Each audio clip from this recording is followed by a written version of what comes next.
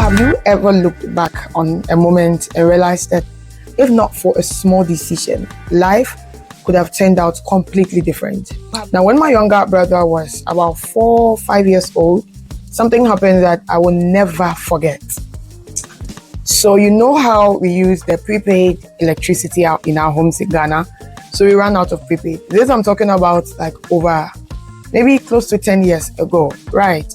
Now I had to go buy some of the, credits, but there was nobody home and the sun was blazing hot that day. And I didn't even feel like stepping out, but I went to the closest vendor. For some reason, the network was either not working or they did not open. Something was wrong. I cannot remember exactly what. So I had to come back home. This was me already feeling lazy. I didn't want to move out and the sun was hot. I wanted to just come back and sleep. I'll be like, when I wake up and I'm in a better mood, I'll go and get it, right? I got close home and I just felt the Holy Spirit was nudging me to go check the other place out. You know, when you are not happy taking a step, but you have to do it anyways because you feel like that's what you have to do.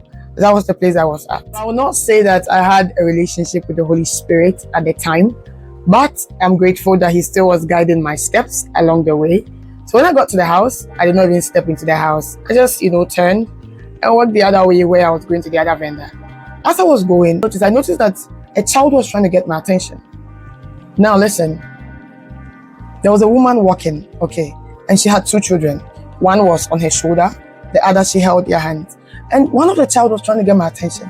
I've forgotten whether it was one she was holding like this way or that way. So, when you're already angry, you're in not the very good mood. I turned. That was when I saw her holding 2 children.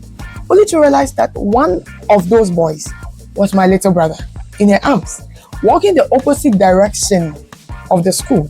So if the school was that way, she was going this way. And this was around 10 a.m., right? So you'd expect that these children are supposed to be in school, not out. I asked the lady what she's doing with the children. She said, oh, she just saw them and she asked where their school was and they pointed that way. So she was taking them there. And I know that the school is this way. And I was so sure that this woman had tried kidnapping. At the time, I was so much in shock that I did not raise an alarm. I did not do drama. I just took the children and thanked her. And then she walked as fast as she could away from me. If I had not listened to the Holy Spirit to go the other way as He was nudging, I would not be sharing this story like I am today. Now that moment taught me that the Holy Spirit does not nudge us for nothing. Sometimes, the detours, the delays, the little pushes to go this way instead of that way, they are not random.